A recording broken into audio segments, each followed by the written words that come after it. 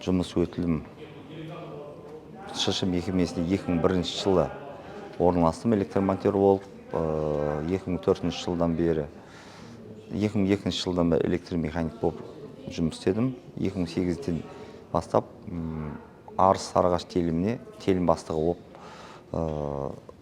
қызметін атқарып істеп келатырмын осы күнге шейін әлі. Темір жолда әкем темір жолда жұмыс жасаған, бірақ біздің салада емес. Бірақ ағаларым, екі ағам болған, әкем інілері, солар темір жолда осы менің мамандығыммен бойынша жұмыс жасаған.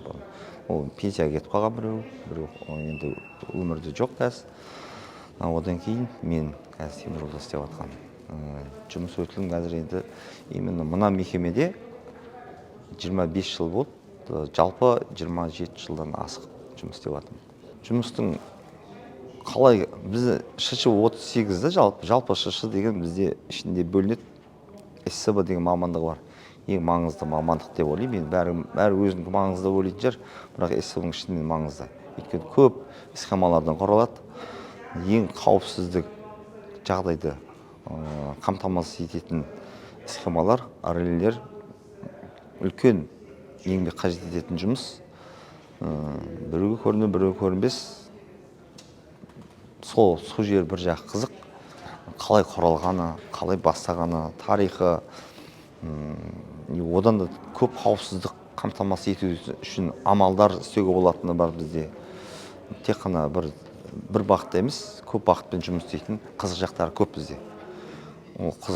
Қызығып жүріп те ауыр жағын ұмытып кетесің кездер болады. Сол жақ мені қызықтыратын. Жұмыс оңай емес, бірақ жұмыс істеу керек.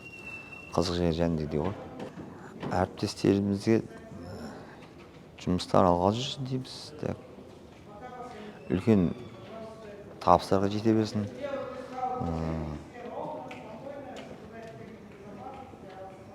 Денсаулықтары мықты болсын. Жылдан жылға аман-есен, осындай мереке аман-есен жете берсін. Қауіпсіздікті жоғары деңгейде бола берсін. Және табыстары үлкейе берсін. Үлкен белестерге жете берсін.